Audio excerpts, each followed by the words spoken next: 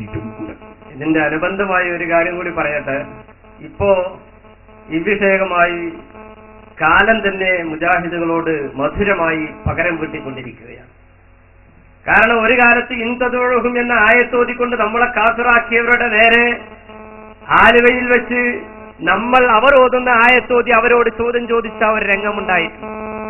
ഇതേ ആയത്തോതിട്ട് നമ്മൾ ചോദിച്ചു, ഇപ്പൊ നിങ്ങൾ പറയുന്നത് ജിന്നുകളെ വിളിക്കാമെന്നാണല്ലോ, തന്നെ ജിന്ന് പെടും എന്ന് പറഞ്ഞുകൊണ്ടാണ് എന്റെ സഹോദരൻ അത് വായിച്ചത്.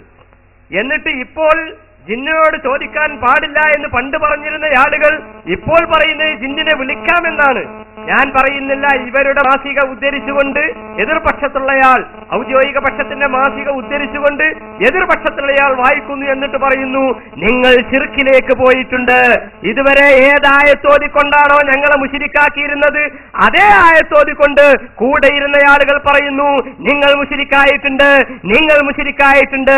കാലം മധുരമായി പകരം വീട്ടുന്നതിന്റെ നേർസാക്ഷ്യമാണ് നിങ്ങൾ ഇവിടെ കാണുന്നത്. ഇസ്ലാഹ് 2007 ഏപ്രിൽ മാസം.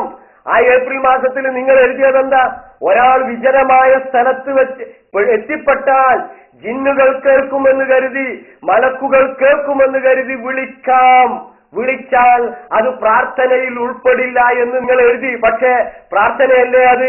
കാരണം കാര്യകാരണ ബന്ധത്തിന് അതീതമായി അഭൗതികമായി മലക്കുകളോട് ചോദിക്കുകയാണ്, അതുപോലെ തന്നെ ജിന്നുകളോട് ചോദിക്കുകയാണ്. നേരത്തെ വിശദീകരിച്ചു.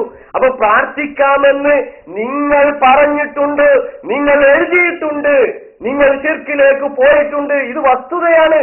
ഞങ്ങളത് അപ്പൊ നിങ്ങൾ ശിർക്കിലേക്ക് പോയിട്ടുണ്ട് എന്ന് പറഞ്ഞാൽ ആരോടാ അറിയോ? സ്വന്തം കൂടെ കിടന്ന തൗഹീദിന് വേണ്ടി വലിയ പ്രചാരണങ്ങൾ നടത്തിയ ആളുകളോട് കൂടെയുള്ളവർ പറയുന്നു, നിങ്ങൾ ശിർക്കിലേക്ക് പോയിട്ടുണ്ട്. ഇങ്ങനെ തിരിച്ചും പറഞ്ഞിട്ടുണ്ട്. ഇൻഷാ അല്ലാഹ് ആവശ്യമുണ്ടെങ്കിൽ അതും കേൾപ്പിക്കും.